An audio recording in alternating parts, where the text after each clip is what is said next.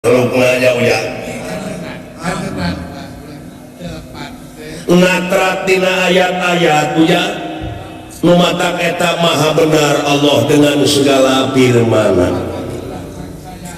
Ulah ragu-ragu jeung ulah cangcaya dina ayat-ayat pangeran ditetelakeun yen ieu ruksakna dunya teh ku leungeun-leungeunna jelema. Ya cuk. Malahan para malaikat mah ucuk nganahakeun ka pangeran teh dina nalika Nabi Adam bade dilungsurkeun ka bumi jadi khalifah. Nah make nurunkeun Nabi Adam ka luhur bumi sabab seke-selerna bakal saling ngocorkeun getih, bakal saling paehan. Takwa aya jalma saling paehan, saling serang, pararang bae. Ieu teh ujang geus aya dina skenario pangeran. Ieu kajadian teh lamun dipikir dibulak-balik di papai dirasa-rasa mah ucuk sabenerna mah bogan urang kene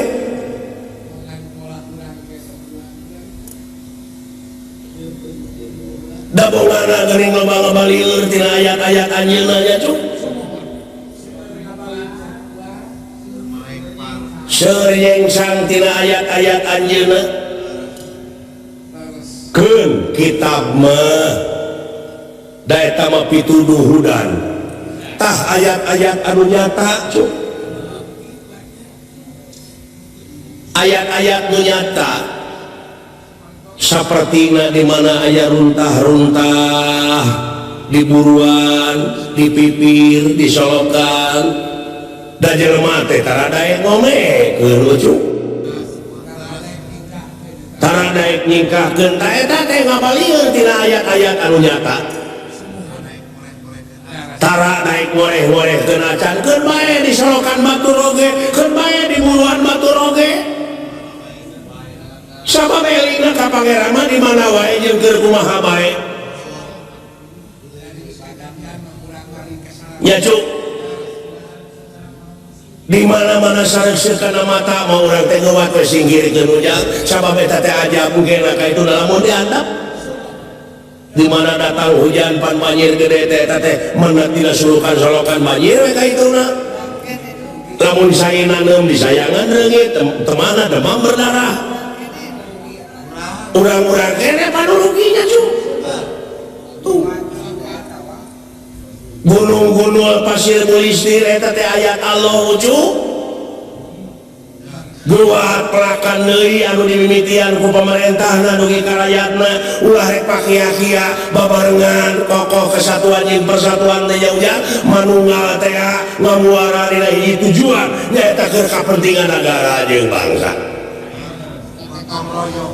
gotong royong hirup kumuh babarengan paheuyeuh-heuyeuh beungeun pantai-antai tangan ulah rek pakia-kia nya cuk ulah rek pagirang-girang tambian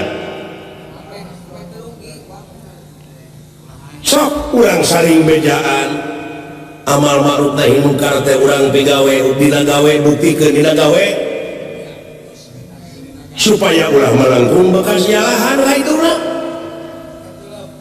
da ayeuna mah kumaha atuh da ieu jiwa raga teh ucu dikorbankeun kana teknologi cul kana kawajiban urang di lemur anu teu mahna brung-breng ini ka kota bari jeung di kota sangsara padahal di kampung oge lahan teh loba pikeun usaha teh nya tuh kari daek unggul eta teh ayat-ayat pangeran kene eta teh ucu di mana urang boga domba bikang teh marukana lain ayat pek paraban di mana domba beger neangan jaluna pek adukeun lain adu diadukeun eta nana oh dia takut gitu apa jadi anakan diternakeun tuh lamun disilahkeun satu mah dipacekeun gitu tuh eta teh hartina teh nya eta ngembangkeun ayat-ayat Allah dari mana domba alus mah diadu napan hargana naik ya cu pan geus nguntungkeun atuh di mana geus riap apa eta teh bisa mukakeun lapangan kerja nu daek ngaritna anu daek nu jalan hampas tempena hampas dagena anu ngurus anu ngamandian jeung sajabana apa hari nu sararea heug digaji nya cu tuh atuh cenah eta kodol doma bisa dipake pupuk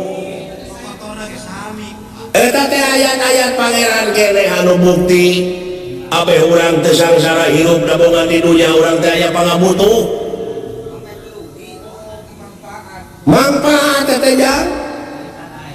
kari kadaek tasi kedul teh pek-pek nya lamun urang kedul eta teh sarua jeung ngukut patung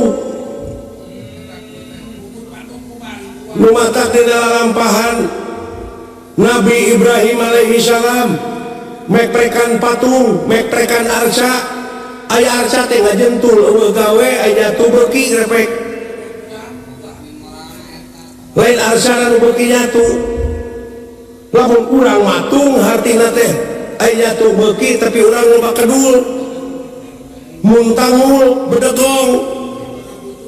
pangabutuh gede pek-pek-prekan ti ayeuna keneh hujan eta si kedul teh mung ibadah pek-prek jadi daek nya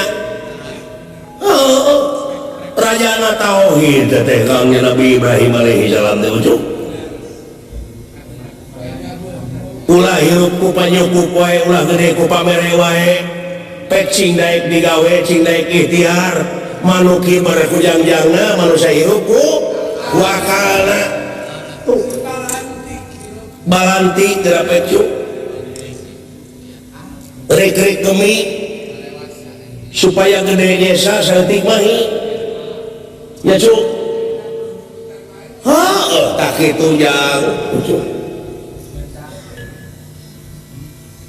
uang mere beja abeh teu rugi hirup